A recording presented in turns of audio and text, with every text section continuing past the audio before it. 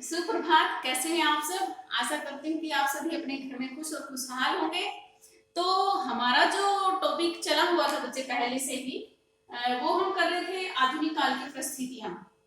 आधुनिक काल की साहित्यिक परिस्थितियों पर जाने से पहले मैंने बताया था कि हर प्रकार की जो परिस्थितियां होती हैं वो साहित्यिक हो, राजनीतिक हो, आर्थिक हो, धार्मिक हो, सभी एक दूसरे से जुड़ी हुई होती है और उन सब का मिला जुला जो परिणाम हमें देखने को मिलता है वो पड़ता है साहित्य के ऊपर। क्योंकि साहित्य के ऊपर हर प्रकार की परिस्थिति का असर पड़ता है। वैसे भी जो परिस्थितियां होती हैं राजनीतिक का सामाजिक के ऊपर, सामाजिक का धार्मिक के ऊपर, धार्मिक का आर्थिक के ऊपर, तो इनका प्रत्यक्ष या अप्रत्यक्ष रूप से हर एक के ऊपर प्रभाव पड़ता है। तो हम चर्चा कर चुके थे देश की राजनीतिक परिस्थितियों की और देश की आर्थिक परिस्थितियों की। आज का जो अब जो हमारा विषय है वो रहेगा देश की जो कह लो धार्मिक परिस्थितियां कैसी थी।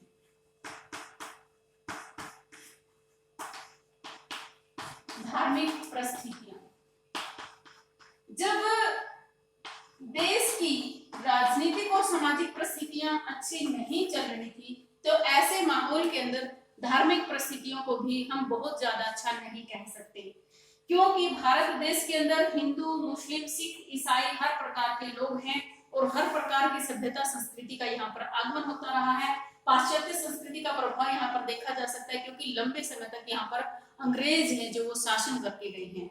उससे पहले पुर्तगाली यहाँ पर आए हैं, फ्रांसीसी यहाँ पर आए हैं, डेनमार्क से यहाँ आए हैं, तो फ्रेंच लोगों का आगमन भी यहाँ रहा है। तो बहुत सारे लोगों का प्रभाव यहाँ पर देखा जा सकता है। लेकिन धीरे धीरे भारत के अंदर समय के आधुनिक समय तक पहुंचते पहुंचते जो भारत की हम अगर धार्मिक संस्कृति की बात करें, धार्मिक परिस्थिति की बात करें, तो सभी चीजों का, सभी सभ्यताओं का, सभी परिस्थितियों का इसके अंदर एक समन्वय की जो अगर बात की जाए तो उन सबका एक निचोड़ कह सकते हो, निष्कर्ष कह सकते हो और एक मानवतावादी दृष्टिकोण के रूप में भारत की धार्मिक परिस्थितियों का आगमन हुआ।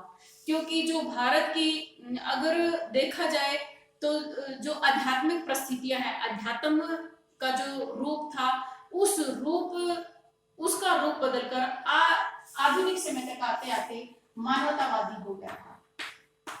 इन्होंने मानवतावाद को महत्व देना शुरू कर दिया था, क्योंकि जो भारत की परिस्थिति थी उनके ऊपर, चाहे वो भारतीय है चाहे पाश्चात्य है, हर प्रकार की जो विचारधाराओं का मेल होकर यहाँ पर आजकल जो प्रबल रूप से ये कह सकते हैं कि महत्व दिया जाने लगा था मनुष्य को। तो इस प्रकार से हम कह सकते हैं कि जो भारत का दृष्टिकोण था उसने सर्वोपरि स्थान दिया मानवतावाद की विचारधारा को। इन सब ये कह सकते हो आप पाश्चात्य सभ्यता और संस्कृति का और भारतीय सभ्यता और संस्कृति के मेल के पश्चात। अब बात करते हैं हम देश की राजनीतिक, धार्मिक, सामाजिक परिस्थितियों के बाद देश की आर्थिक स्थिति। आप देख सकते हैं बच्चे, जब इतने समय, लंबे समय से पहले यहाँ पर मुसलमानों का शासन, जिन्होंने अपनी ऐश परस्ती के लिए देश का जो यूं कह सकते हो कि हर प्रकार का जो धन था उसका मिसयूज कह सकते हो, लेकिन फिर भी अगर कंपैरिजन की जाए मुसलमानों के शासन की, मुगल प्रशासन की और अंग्रेजी प्रशासन की, तो कहीं अधिक अच्छे थे मुसलमान। क्यों? क्योंकि जिन मुसलमानों ने भारत के अंदर शासन किया ना, उन लोगों ने भारत देश को अपना देश समझा। उन्होंने अगर लोगों से टैक्स इकट्ठा किया ना, उसका प्रयोग भी यहीं पर किया। यूं कह सकते हो कि अगर शाहजहां ने लोगों से टैक्स अधिक लिया तो ताजमहल जैसे भवन बनाकर, इमारतें बनाकर दी, लाल किला बनाकर दिया, जिनसे आज भी हम इतना रेवेन्यू मतलब प्राप्त कर रहे हैं, जिनको यूं कह सकते हो ताजमहल जैसे इमारत को देखने के लिए तो लाखों विदेशी दिन प्रतिदिन आते रहते हैं। तो वो तो एक भारत की यूं कह सकते हो कि हम अपनी कमाई अपने ही देश में लगाने का काम किया मुसलमानों ने। उन्होंने कभी भारत देश के अंदर आने के बाद, शासन करने के बाद यूं नहीं है कि यहाँ से माल इकट्ठा किया और अपने साथ ले गए। वो यहीं पर रहे, यहाँ की सभ्यता और संस्कृति को अपनाने का प्रयास किया और अपनी सभ्यता और संस्कृति को भारत के ऊपर थोपने का भी प्रयास किया। लेकिन जो अंग्रेज लोग थे उनकी विचारधारा, उनकी सोच कुछ अलग थी। उन्होंने काम किया भारत के शोषण करने का, उन्होंने काम किया भारत के धन को, सोने की चिड़िया कहलाए जाने वाले भारत को निचोड़कर एक गरीब, एक टूटे हुए देश की स्थिति में पहुंचाने का काम किया है। अंग्रेजों ने आने के बाद, यानी कि ब्रिटिश ईस्ट इंडिया कंपनी के बाद जो भारत का आर्थिक रूप से जो कमर तोड़ दी थी, दिन प्रतिदिन टैक्स बढ़ाए जा रहे थे। दूसरी तरफ जो इंग्लैंड देश था, उसका द्वितीय विश्व युद्ध में, प्रथम विश्व युद्ध में भाग लेना और उस विश्व युद्ध के कारण भारत के हर प्रकार से, यानी कि पूरे विश्व के ऊपर उसका प्रभाव था। तो कहीं ना कहीं जो इंग्लैंड को उपनिवेश के रूप में प्रयोग कर रहा था भारत देश का, तो इसके ऊपर भी अप्रत्यक्ष रूप से उसका प्रभाव पड़ रहा था। हर प्रकार से, यानी कि भारतीयों का शोषण जारी था। यहाँ से कच्चा माल ले जाया जाता था, तो यहाँ के लोगों के जो कुटीर उद्योग धंधे थे वो बंद हो चुके थे, टैक्स बढ़ाए जा रहे थे। यहाँ पर अकाल उस समय के दौरान पड़े हैं, तो युद्धों के अंदर पैसा खर्च होने के कारण भारत की जो आर्थिक परिस्थिति थी वो बहुत अधिक टूटी हुई थी। धीरे धीरे करके कंपनी के शासन के बाद महारानी विक्टोरिया का शासन है। महारानी विक्टोरिया के शासन के दौरान भी ये शोषण इसी प्रकार से चलता रहा और देश आजाद हुआ 15 अगस्त 1947 को। उस दिन के बाद से हमारी सरकार ने, हमारे देश ने स्वतंत्र होने के बाद आर्थिक रूप से सबलता प्राप्त करने का प्रयास किया। देश में पंचवर्षीय योजनाएं जैसी योजना लागू करके देश को आर्थिक ढंग से कभी किसी एक विषय पर फोकस करके, कभी मान लो खेती के ऊपर फोकस करके, कभी किसी एक विषय पर फोकस करके देश की जो स्थिति थी उसको सुधारने का प्रयास किया। और कहीं ना कहीं पहले की कंपैरिजन में आज भारत देश काफी आर्थिक रूप से समृद्ध देशों के अंदर माना जाता है। अब बात की जाए साहित्यिक परिस्थितियों की, क्योंकि जो साहित्य होता है वो हर प्रकार की परिस्थितियों का निचोड़ होता है। साहित्यिक परिस्थितियों की बात की जाए तो साहित्य के ऊपर हर प्रकार से देश की सामाजिक, आर्थिक, राजनीतिक हर प्रकार की परिस्थिति का प्रभाव पड़ा साहित्य के ऊपर। अगर बात की जाए 1850 के आसपास से, अगर जो इससे पहले जो साहित्य लिखा जाता था उसमें पद्य की प्रधानता थी। लगभग सारा का सारा, चाहे वो भक्ति काल है, चाहे वो रीति काल है, चाहे वो आदि काल है, उसके अंदर जो पद्य है उसकी प्रधानता रही है। और रीति काल तक जो साहित्य लिखा जाता था वो राजभवनों तक सीमित था। वहाँ राजभवन की सुंदरता, वहां पर उसी का चित्रण किया जाता था। वहां का जो लिखने की शैली थी वो छंदों के अंदर बंद कर रह गए थे। लेकिन आधुनिक काल तक आते आते परिस्थितियां बदल गई थी। आज जो साहित्य का विषय बनने लगा था वो गरीबों की झोंपड़ियों तक पहुंच गया था। आज जो साहित्य का विषय बन गया था वो अमीर लोग नहीं, वो राजा महाराजा नहीं, एक गरीब का चित्रण किया जाने लगा था। अगर पद्य की बात करूं मैं, तो पद्य का जो विभाजन है 1850 से लेकर 1900 तक का जो समय था, इसको भारतेंदु युग के नाम से जानते हैं। किस युग के नाम से जानते हैं? भारतेंदु युग के नाम से। 1900 से लेकर 1920 तक का जो समय था, इस युग को हम द्विवेदी युग के नाम से जानते हैं। द्विवेदी युग के नाम से जानते हैं। अगर 20 से लेकर 1938 तक की बात करूं तो इसको हम छायावादी युग के नाम से जानते हैं। हिंदी साहित्य के पद्य का जो विभाजन है वो इस प्रकार से किया गया है। अगर 1938 से लेकर बात करूं तो इसको प्रगतिवादी युग के नाम से जानते हैं। उसके बाद 1938 से 1943 तक 43 प्रगतिवाद के युग के नाम से जानते हैं। और 1943 से लेकर उसके बाद कभी प्रयोगवाद, कभी नव कविता, कभी नवलेखन, कभी अकविता, कभी समकालीन कविता, इन सभी प्रकार की कविताओं का आगे काल विभाजन किया जाता रहा है। लेकिन आधुनिक समय ना तो रीति काल की तरह छंदों में बंद कर रहा है और ना ही उनका जो विषय का जो विषय वस्तु है वो केवल राजभवनों तक सीमित रही है। आज जो परिस्थितियां हैं, इन परिस्थितियों के तहत समाज में के आम जनजीवन का वर्णन साहित्य की हर प्रकार की, चाहे वो गद्य है चाहे पद्य है। और गद्य के अंदर अगर बात करें तो विभिन्न प्रकार की विधाओं का विकास इस युग के अंदर हुआ था। चाहे वो गद्य की विधाओं की अगर चर्चा की जाए तो उपन्यास, कहानी,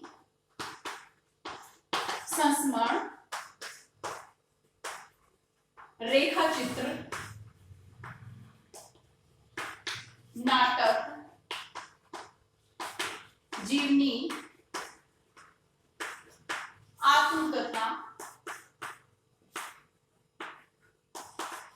रचना, पत्र लेखन, इन विभिन्न प्रकार की एकांकी, इन विभिन्न विधाओं का जो विकास था वो आधुनिक गद्य के रूप में, क्योंकि इससे पहले जो समय था वो लगभग जो साहित्य हमारा लिखा गया था वो केवल पद्य में लिखा गया था, लेकिन आधुनिक काल तक आते आते इतने महान लेखकों का, इतने महान कवियों का, इतने महान विद्वानों का जन्म भारत देश के अंदर हुआ, तो किसी ने उपन्यास की विधा लेकर उसके अंदर समाज के यथार्थ का चित्रण किया। जैसे प्रेमचंद जैसे कवि को, लेखक को हम ले सकते हैं, जिन्होंने गोदान जैसे महाकाव्य लिखकर पूरे भारत का चित्रण उसके अंदर, किसानों का चित्रण उसके अंदर किया है। तो किसी ने आत्मकथा लिखकर, किसी ने जीवनी लिखकर, किसी ने नाटक में, किसी ने उपनिवेश के अंदर, उपन्यास के अंदर। तो इन विभिन्न शैलियों के, विधाओं के माध्यम से भारत के जो गद्य का जो साहित्य था इसको पूरी तरह से यूं कह सकते हैं कि भरपूर बना दिया है। विभिन्न शैलियों का प्रयोग, लेखन शैली की अगर बात की जाए तो रीति काल तक हम ब्रज भाषा के अंदर लिखते थे, लेकिन आधुनिक काल तक आते आते हिंदी भाषा का आगमन भी हो चुका था और हिंदी भाषा के अंदर खड़ी बोली का प्रयोग करते हुए इन सभी विधाओं का पूरी तरह से भारतीय साहित्य को एक अपार अथाह एक समुद्र की तरह बनाया। इन सभी विधाओं के विकास होने के बाद आशा करती हूँ कि आधुनिक काल की जो परिस्थितियां थी, चाहे वो राजनीतिक है, राजनीतिक परिस्थितियों की बात की जाए तो एक बार फिर से हल्का एक बार मैं आपको थोड़ा सा रिवाइज करवाना चाहती हूँ। तो राजनीतिक परिस्थितियों में प्लासी के युद्ध से भारत देश के ऊपर ब्रिटिश ईस्ट इंडिया कंपनी के शासन की, यूं कह सकते हो कि उसका स्थापना हो चुकी थी। पूरी तरह से निश्चित हो चुका था कि ब्रिटिश ईस्ट इंडिया अब भारत के ऊपर कंपनी है जो भारत के ऊपर शासन करेगी। तो लगातार अंग्रेजों के द्वारा शोषण, हर प्रकार की गलत नीतियां, फूट डालो राज करो, कभी लैक्स की नीति, कभी किसी प्रकार का कानून तो कभी किसी प्रकार का कानून, सहायक संधि जैसी संधियां निर्धारित करके हर प्रकार से भारतीयों का शोषण।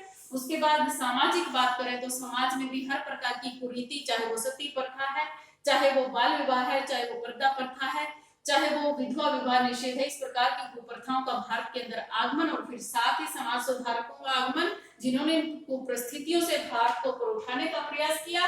धार्मिक बात करें तो हर प्रकार के धर्म के लोगों के रहते हुए भी भारत ने विदेशी और भारतीय विचारधाराओं का मेल करके एक मानवतावादी दृष्टिकोण के साथ अपनी सभ्यता और संस्कृति का विकास करने का एक बार फिर से प्रयास किया। आर्थिक परिस्थितियों की बात करें तो हर प्रकार से अंग्रेजों के द्वारा तो कभी मुसलमानों के द्वारा हर प्रकार से भारतीयों का शोषण, और आखिर में देश के आजाद होने के बाद सरकार के द्वारा लागू की गई पंचवर्षीय योजनाओं के जैसी योजनाओं के द्वारा भारत को आर्थिक रूप से मजबूत बनाने का एक बार फिर से प्रयास। और इन सभी प्रयासों के बाद इन सभी परिस्थितियों का प्रभाव प्रत्यक्ष या अप्रत्यक्ष रूप से हिंदी साहित्यिक विधाओं के ऊपर, हिंदी साहित्य के ऊपर, क्योंकि जो साहित्य होता है वो कहीं ना कहीं समाज का दर्पण होता है, समाज के दर्पण के रूप में कार्य करता है साहित्य। तो उन यूं कह सकते हो कि रीति काल में जो साहित्य लिखा जाता था, महलों के ऊपर जो लिखा जाता था, ब्रज भाषा के अंदर जो किया जाता था, कुछ लिमिट से छंदों के अंदर जिनका प्रयोग किया जाता था, उन सारी सीमाओं को पार करके जो आधुनिक साहित्य था उसने उन सारी सीमाओं को तोड़ दिया था और गरीब की झोपड़ियों तक, गरीब के घरों तक, गरीब की परिस्थितियों का वर्णन करना शुरू किया आधुनिक भारतीय कवियों ने, आधुनिक भारतीय लेखकों ने। काल विभाजन मैंने आपको बताया कि आधुनिक काल के अंतर्गत जो पद्य का लेखन था वो किस प्रकार से विभाजित किया था। भारतेंदु युग, तो उसके बाद द्विवेदी युग, द्विवेदी युग के बाद छायावादी युग, और छायावाद के बाद आ गया था आपका प्रगति, प्रयोग, नवलेखन, नई कविता, कविता जैसी समकालीन कविताओं जैसी समय के साथ बदलते हुए विधाओं का प्रयोग, मतलब लेखन की शैलियों का प्रयोग यहाँ पर होता रहा। अगर बात की जाए गद्य की, तो गद्य के अंदर विभिन्न प्रकार की विधाओं का विकास हुआ। उपन्यास है, कहानी है, संस्मरण है, रेखाचित्र है, नाटक, जीवनी, आत्मकथा, इन सभी विधाओं के रूप में हिंदी साहित्य को एक भरपूर, एक अथाह सागर के रूप में निर्मित करने वाले उन सभी इतिहास के लेखकों का, उन सभी कवियों का, उन सभी जो महान विद्वान थे उनको एक बार नमन, और आशा करती हूँ कि आपको ये जरूर समझ में आया होगा। जय हिंद, जय भारत। घर पर रहें, स्वस्थ रहें, खुशहाल रहें, मजे करें।